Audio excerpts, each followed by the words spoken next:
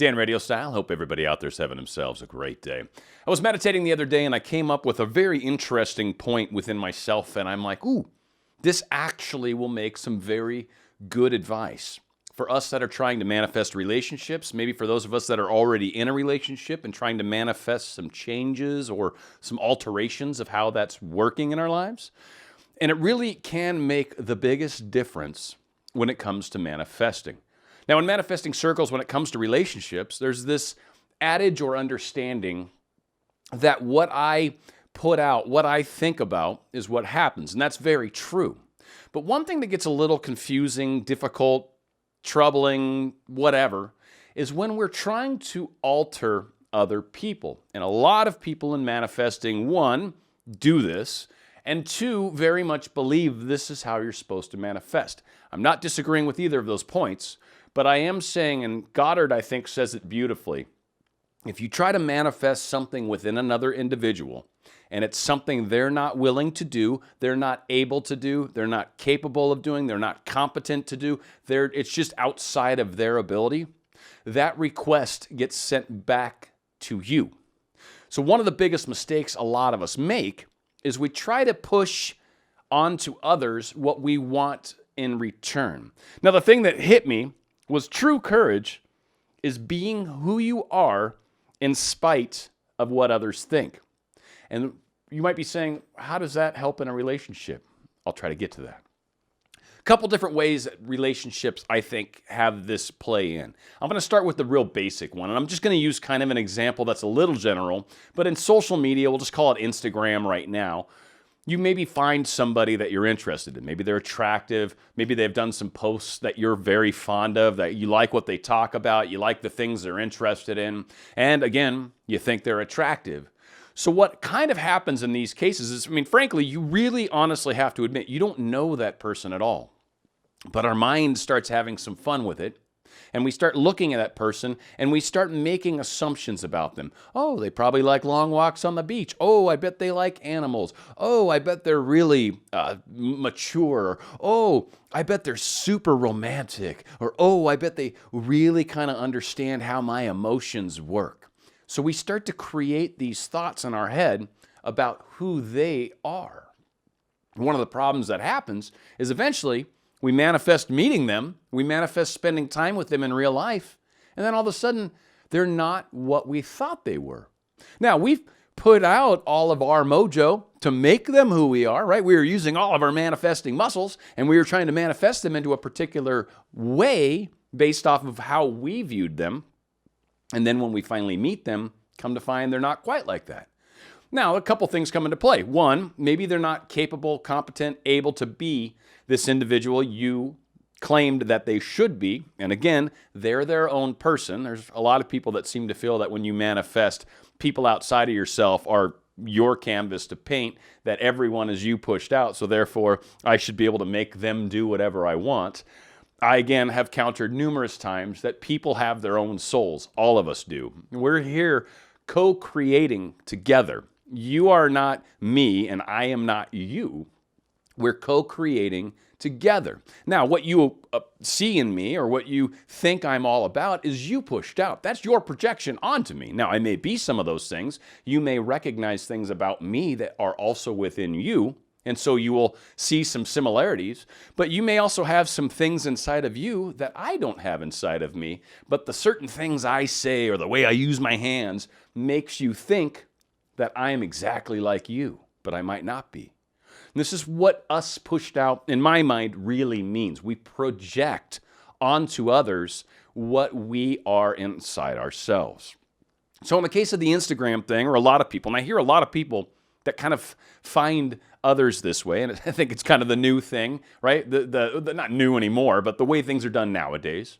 And so we'll look on Instagram, we'll see somebody like, oh, they're interested in the same things. Oh, they shared a picture of horses. They must love horses, right? So we have this sort of built up reality around this individual. Now, when we do that, that's a little dangerous. And the point of the danger is they might not be any of these things that we've built up in our mind. And in a lot of cases, if you want to get to know somebody or if you want to understand them better, You ask questions, you talk with them. So start direct messaging, start asking questions. Don't assume that they are a certain way. You know what happens when you assume, right? You make an A out of me and you. So we want to wish the best on others. We want to project the best on others. But ultimately, if you want to get to know somebody, you need to ask questions rather than trying to force your ideology onto them. Because again, when you meet them in real life, if they don't fit that ideology perfectly, we start getting a little disappointed. Now, those of us in relationships already, this is also the same thing that we typically do in relationships. We have this expectation of how people should behave. We have this expectation of how people are supposed to treat us. And I will say, you should always be number one, and you should, one, make sure you're treating yourself the same way instead of always insisting that someone else has to treat you as the princess or the prince. Now, are you treating yourself as the princess or the prince also? And that's a very important distinction. But that put aside, one of the things we do in relationships frequently is we have expectations of our partner. We think if our partner truly loves us, they're going to do X, Y, or Z.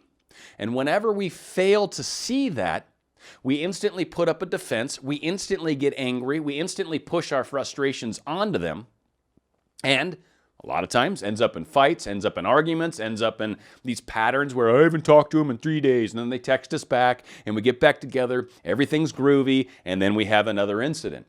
These incidents arise because of these expectations we hold. Now, as I've said, and it's important to keep this in mind because I really do think it's an important point and really is truly the point of this video. Courage is being who you are in spite of what others think.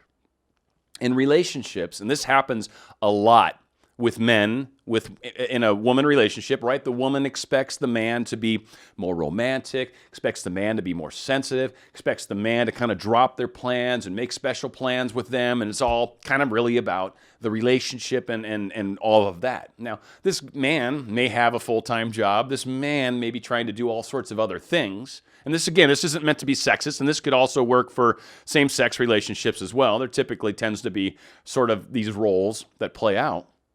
But one of the things that happens when we put these expectations, especially women onto men, and then us men, we're like, all right, and we start doing everything to make the woman happy, to try to give them this version of ourselves that they expect to see.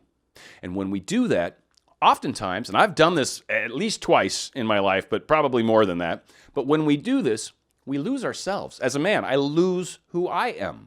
What are the things that I even like to do anymore? Who are my friends? When I've kind of combined my entire life and I don't have my own aspects that are me, and I'm basically doing everything I can to fulfill this image of me, what ultimately happens is the closer we get to that image, the more that the lack of respect for us as men starts to come towards us, if you will. Like a lot of times, women start to get frustrated with men because they are doing all these things, because it's almost like they're weak now in the eyes of the women. And I'm not saying this is right, wrong, and different. I'm saying we lose ourselves in relationships sometimes. And what got us in the relationship to begin with was, in my case anyway, was me being me. That's what they fell in love with. They fell in love with me as me, the way I am, my sense of humor, the fact that I forget to call sometimes, whatever, right? Like all of these things are me. But when I lose sight of who I am and I start trying to appease somebody else, or I start trying to be what they expect me to be, now I'm no longer being true to me. So one thing that starts to happen is I start getting some bitterness and resentment inside of me. It starts to create an issue within me. Because now this individual doesn't seem happy, even though I'm doing X, Y, and Z. You told me all I need to do is X, Y, and Z, and everything's good. Heck, I even threw in another letter. I did W. I added W just to try to make it a little more exciting. And yet, they're upset because I'm just not me anymore. And it's something that's more, you don't feel it, you don't see it. It's kind of below the surface. But it starts to cause problems in relationships. Men are generally men and women are generally women, right? But we need to be ourselves. Women, you do the same thing. You think the man just wants X, Y, and Z, and you give him X, Y, and Z, and there still seems to be this unhappiness, there still seems to be this distrust, and since you're doing everything you can to give them what you think they want, that you start to lose sight of the things that you actually desire, the things that matter to you. And you start to get bitter, and you start to get frustrated, and it starts to create vicious little circles. And these frustrations turn into anger, and then they turn into fights, and then they turn into breakups. We have to stop this from the get-go. You fell in love with that person. They fell in you because of who you were, not because you were behaving the way they expected you to.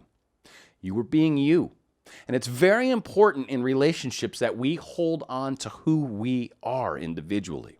That is what they love. That is what makes us special, unique, and awesome. And most importantly, us realizing that who we are is a good person, is a great relationship, is a great spouse. I'm a great boyfriend. I'm a great husband. I'm a great whatever. You have to understand that within yourself too. Frequently, we talk about manifestation. It's important that you, as the captain of your ship, let your crew know, hey, this is what's up. And you do that by the thoughts you hold about yourself, the things you will allow somebody to do to you. Are you in a relationship and it's so important to stay in this relationship that even though they treat you poorly, you put up with it? Again, you wouldn't do that before they met you. You didn't like it when they didn't call you back then. But now we're in a relationship, we're invested, we've got time put in. Oh no, I've got to make sure I give them what they want. And again, it creates that anger, that bitterness, that resentment. And you lose respect from your partner. That's the part that's weird. It creeps up on you, and then by the time you see that it's happened, at least in my case, it's too late. You can't do anything to change it. The important thing is maintaining who you are. Now, I've talked about this frequently. This will be where I cut the final part of this. But I've talked about frequently in manifesting, at least in my opinion. I've manifested a lot of relationships in my life. I've manifested people specifically to me. I've manifested reasonably long-term relationships to me. I've manifested fun relationships to me. I've also failed a couple times and actually pushed people away that I was trying to manifest to me that were sort of friends, and I created kind of a different energy that wasn't comfortable for them anymore. And I managed to push one very close friend away from myself, and that's how these things will sometimes play out. One of the most important things I've learned about manifesting people into your life is it's the quality of your being. Like I said, it's very easy to create a circumstance where you're face-to-face with an individual. Some of you might be saying, but Dan, how is that? How do you do that? How do we make that happen? It, believe it or not, is a lot easier. I've talked a lot about it in many of the videos I do. So you continue to use your manifesting techniques to get them in front of you, to see them, to face-to-face, to direct message, to chat to each other.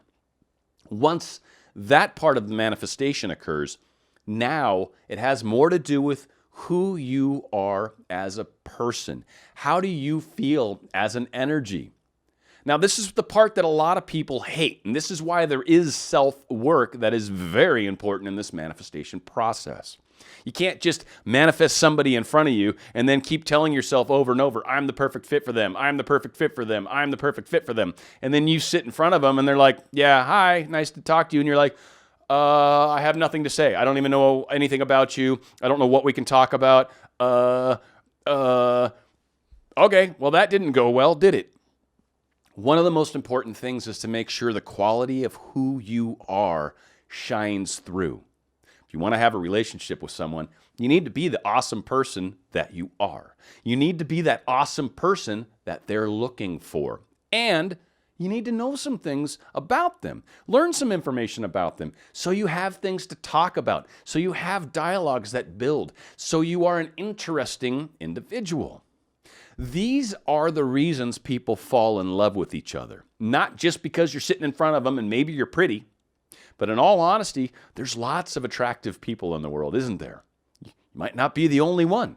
So, what else are you bringing to the table? And this is the part that many of us forget to work on, the quality of who we are.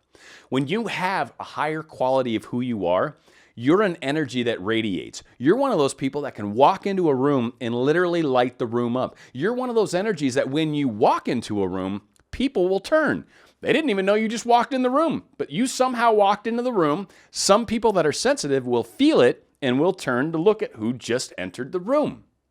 In fact, it's one of my favorite things to do to kind of try to judge how sensitive an individual is. And I've told this before and I'll share it again, but I've done this many a time where, say someone's standing in line at a coffee shop and maybe I'm sitting over to the side, might have been back before COVID when you were allowed to do that, but I'm sitting over to the side and I'm looking at them and I want to get them to look at me. What I do, and this is fun as heck to do, is I imagine what they would see. So I put myself in their body, if you will, for a moment, and I imagine what they're seeing right now out of their eyes. So maybe they're looking at the register, right? Maybe they're looking at the person in front of them. So I imagine seeing that, and then I imagine what it would look like to turn my head and look over at me. And the more sensitive the individual is, the quicker they will look at you. This is the funnest thing to play with, and I recommend all of you try it. If they're not sensitive, it may never happen. They may never look at you, but what you will find is, one, how often this works, and that will trip you out. And then two, you'll start to play with it a little more, and you'll realize, ooh, some people look instantly. Some people are instant. The second you look and you're like, and they'll look over at you. Sometimes really sensitive people, just looking at them will cause them to look at you because you can feel energy whenever anyone's looking at you or putting energy towards you. You can feel that. That's why when you go up on stage in front of hundreds of people, it's nerve-wracking and you get really hot and you get embarrassed and sweaty. It's because you got all this energy focused on you. You're the star. And so when you feel that, it can feel a little awkward if you're not used to it. Hell, if you're used to it, it can still feel a little awkward. So it's one of those things that it's the energies that we share. It's the feelings that we are from the inside. Those are one of the most important things that we have to offer. So when you have the courage to be who you are, in spite of what others think. So others think you should do X, Y, and Z, and you're like, I don't really want to do X, Y, and Z. I'm going to do G. Or I'm going to do K, or I'm going to do I. I'm not going to do X, Y, or Z. And you go about and do the letter of your choice. And what ultimately happens, although some people might be like, well, I wish you would have done the other thing, but I'm glad you did what you wanted to do. And that's what they'll start to see. They'll start to see that you're someone that does what you're going to do. You have your own personality. You have your own ideals. You're not just someone that wants to glom on. Right? You're not a leech, if you will. You're some sort of blood-sucking animal, right? You're actually something that is its own whole, complete person. And when a whole, complete person gets with another whole, complete person, now you have two wholes together sharing their existence. When instead, a lot of people are a half a person looking for another half of a person to make a whole. Now you're just two half people together that sort of make one whole. It's still not good. You're still two halves of people. And neither one of you are really going to be all that satisfied in this relationship. Maybe up front, maybe when the honeymoon period's still going, everything's groovy and wonderful. But at some point, things start to degrade. And it's only because you don't really have anything else kind of holding this together. There's no other glue, if you will, holding the relationship together. Having the courage to be who you are is the glue that will hold not just your relationships together, not just your work relationships together, not just your friendships together, but your whole life. Because when you're being a whole person, people react to that. Your energy shows that. When you walk into a room, it's pronounced and people can tell that you're there. This is what will make the biggest difference in your relationship challenges that you seek right now. It's Dan RadioStyle.